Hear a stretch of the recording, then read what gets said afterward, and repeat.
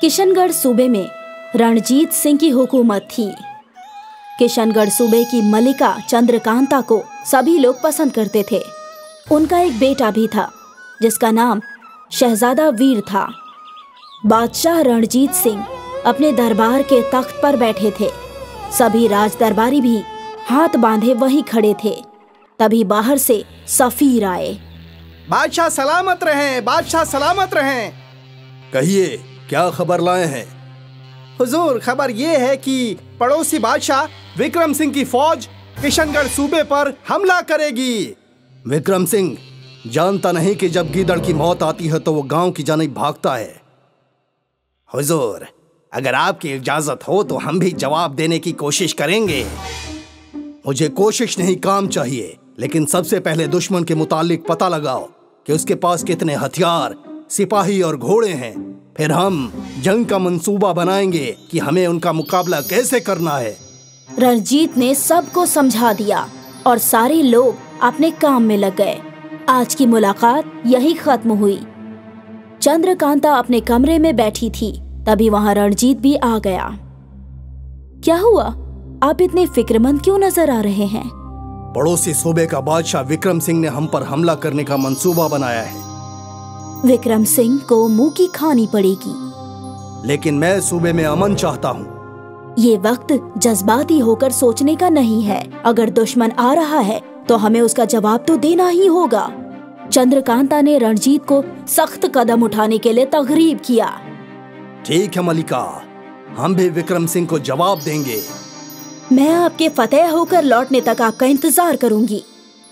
बादशाह रणजीत सिंह ने चंद्रकांता की बात मान ली और वो वहां से चला गया। बादशाह रणजीत सिंह अपनी जंग का मंसूबा बनाने लगा, जिसके लिए उसने अपने वजीर चतरू को बुलाया। बादशाह सलामत रहें। हुजूर, मैं आपकी क्या खिदमत कर सकता हूँ? तुम्हें इसका इल्म तो होगा कि हम पर हमला होने की खदशा है। खदशा नहीं हुजूर, ये तो तय है। फिर तुमको खुद ही समझ जाना चाहिए कि तुम हमारे किस काम आ सकते हो। समझ गया हुजूर, मैं आपके कहने से कब्ल ही सारी खबर ले आया हूँ। अच्छा तो बताओ, फिर उसी हिसाब से जंग की हिकमत अमली की जाए। हुजूर, बादशाह विक्रम सिंह की शहजादी वैशाली इस जंग की कमान संभाल रही हैं। अच्छा, तो एक लड़की हमसे लड़ने की जुर्रत कर रही है? हुजूर, उसके पास कुल 100 सिपाही हैं और 100 ही घोड़े हैं, एक हाथी, और शहजादी वैशाली खुद हमारी ओर बढ़ रही हैं।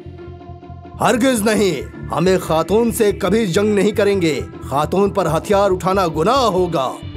लेकिन हुजूर, अगर हम पीछे हटेंगे तो अपने सूबे से हाथ धो बैठेंगे। हाँ, लेकिन हम ये जंग जीत जाएंगे तो भी सब यही कहेंगे कि एक कमजोर खातून से जंग जीत गए। लेकिन अगर हार गए या पीछे हट गए तो भी सब यही कहेंगे ना कि एक खातून से डर गए।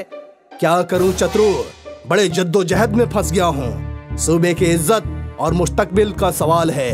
अब तुम ही कोई मशवरा दो। हुजूर, मैं तो कहता हूँ कि हम अपने सफीर को बात करने के लिए भेजते हैं। शायद वहाँ से शहजादी वापस लौट जाए। हाँ, ये वाजिब रहेगा। अभी जवान है, इसलिए जोश में होश खो बैठी है और बिना सिर पैर के जंग करने निकली है। ठीक है हुजूर, मैं किसी एतमाद के काबिल सफीर को भेजता हूँ। इजाजत दीजिए। जाओ और कोई अच्छी खबर हमारे लिए लेकर आओ। चतरू बादशाह की इजाजत लेकर वहां से चला गया। चतरू ने एक सफीर जीत को अपने पास बुलाया। मेरी बात गौर से सुनो, तुम्हें शहजादी वैशाली के पास जाना है। जी हुजूर। अपने साथ तुम धनराज को भी ले जाओ और शहजादी से वापस लौट जाने की बात करके आओ। जी हुजूर, मैं अभी शहजादी से मिलने के लिए रवाना हो जाता हूँ और जल्द ही अच्छी खबर आपको सुनाऊंगा। ठीक है, अब बगैर देरी किए जल्दी से यहाँ से निकल जाओ। जीत ने चतरू से इजाजत ली और धनराज को लेकर शहजादी वैशाली के पास बातचीत करने निकल गया। जीत और धनराज रास्ते में चले जा रहे थे। चलते चलते सुबह हो गई थी। तभी दूर जंगल में उन्हें शहजादी अपनी फौज के साथ दिखाई दी। सामने इतनी बड़ी फौज है, हम वापस बचकर आएंगे ना? हम क्या इनसे जंग लड़ने आए हैं? हम तो सिर्फ बात करने आए हैं, तो हमें क्यों मारेंगे ये? फिर भी आराम से ही बात करना, कहीं हमारी ही दावत ना बना दे ये लोग। तुम देखना कि बातचीत में मैं कितना माहिर हूं। सब निपटा कर जाऊंगा और बादशाह सलामत से इनाम भी लूंगा।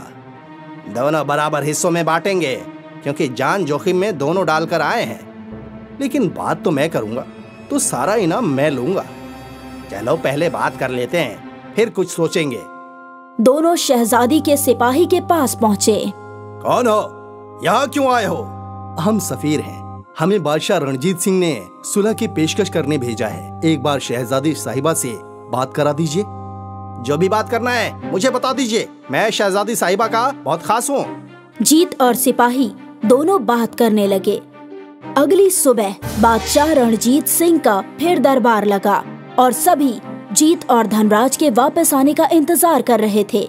बाकी वजीर भी अपना अपना मशवरा दे रहे थे, लेकिन चतुरु खामोशी से बैठा था। तभी शाही महल का सबसे होशियार घोड़ा दौड़ता हुआ आया, और ये क्या, उसकी पीठ पर धनराज की लाश थी, जिसमें एक शमशीर घोपी हुई थी और एक पैगामी खत भी था। ये कैसे हो सकता है? धनराज मारा गया, लेकिन जीत कहाँ है?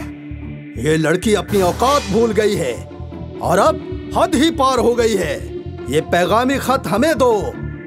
सिपाही ने आगे बढ़कर धनराज को घोड़े से उतारा और शमशीर बाहर निकालकर पैगामी खत निकालकर बादशाह के हाथ में दिया। बादशाह ने खत पढ़ा और उसकी आंखों में खून उतर आया और वो जोर से चिल्लाया, नहीं, अब और नहीं। कहानी जारी रहेगी। किशनगढ़ सूबे में रणजीत सिंह की हुकूमत थी। किशनगढ़ सूबे की मलिका चंद्रकांता को सभी लोग पसंद करते थे। उनका एक बेटा भी था, जिसका नाम शहजादा वीर था।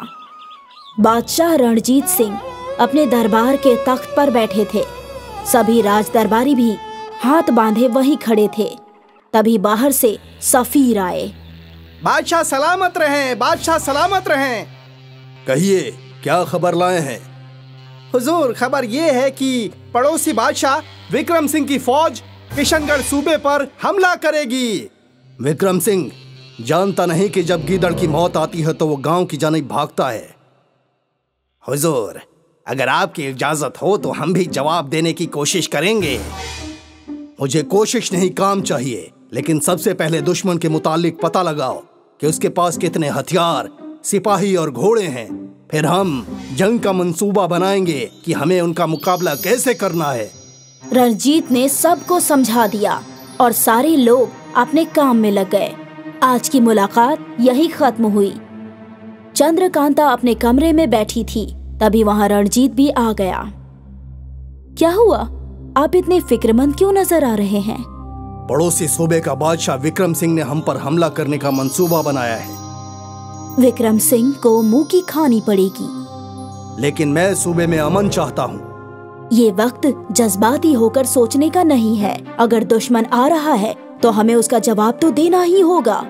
चंद्रकांता ने रणजीत को सख्त कदम उठाने के लिए तगरीब किया। ठीक है मलिका, हम भी विक्रम सिंह को जवाब देंगे।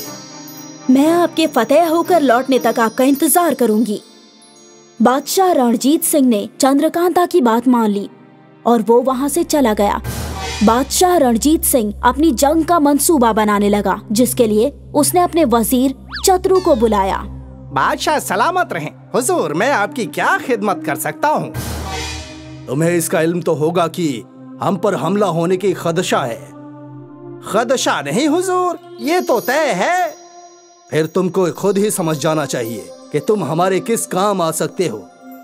समझ गया हुजूर, मैं आपके कहने से कब्ल ही सारी खबर ले आया हूँ। अच्छा तो बताओ, फिर उसी हिसाब से जंग की हिकमत अमली की जाए।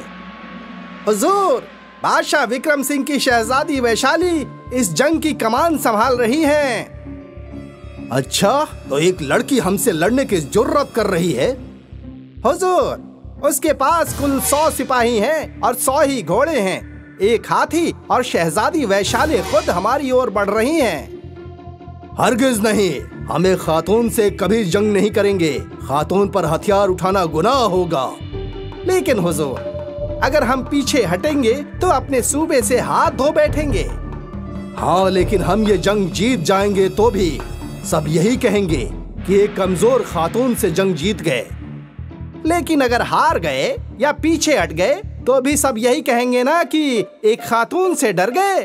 क्या करूं चतुर, बड़े जद्दोजहद में फंस गया हूं। सूबे की इज्जत और मुस्तकबिल का सवाल है। अब तुम ही कोई मशवरा दो। हुजूर, मैं तो कहता हूँ कि हम अपने सफीर को बात करने के लिए भेजते हैं। शायद वहाँ से शहजादी वापस लौट जाए। हाँ, ये वाजिब रहेगा। अभी जवान है, इसलिए जोश में होश खो बैठी है और बिना सिर पैर के जंग करने निकली है। ठीक है हुजूर, मैं किसी एतमाद के काबिल सफीर को भेजता हूँ। इजाजत दीजिए। जाओ और कोई अच्छी खबर हमारे लिए लेकर आओ। चतुर बादशाह की इजाजत लेकर वहाँ से चला गया। चतुर ने एक सफीर जीत को अपने पास बुलाया। मेरी बात गौर से सुनो। तुम्हें शहजादी वैशाली के पास जाना है। जी हुजूर। अपने साथ तुम धनराज को भी ले जाओ और शहजादी से वापस लौट जाने की बात करके आओ। जी हुजूर, मैं अभी शहजादी से मिलने के लिए रवाना हो जाता हूँ और जल्द ही अच्छी खबर आपको सुनाऊंगा। ठीक है, अब बगैर देरी किए जल्दी से यहाँ से निकल जाओ।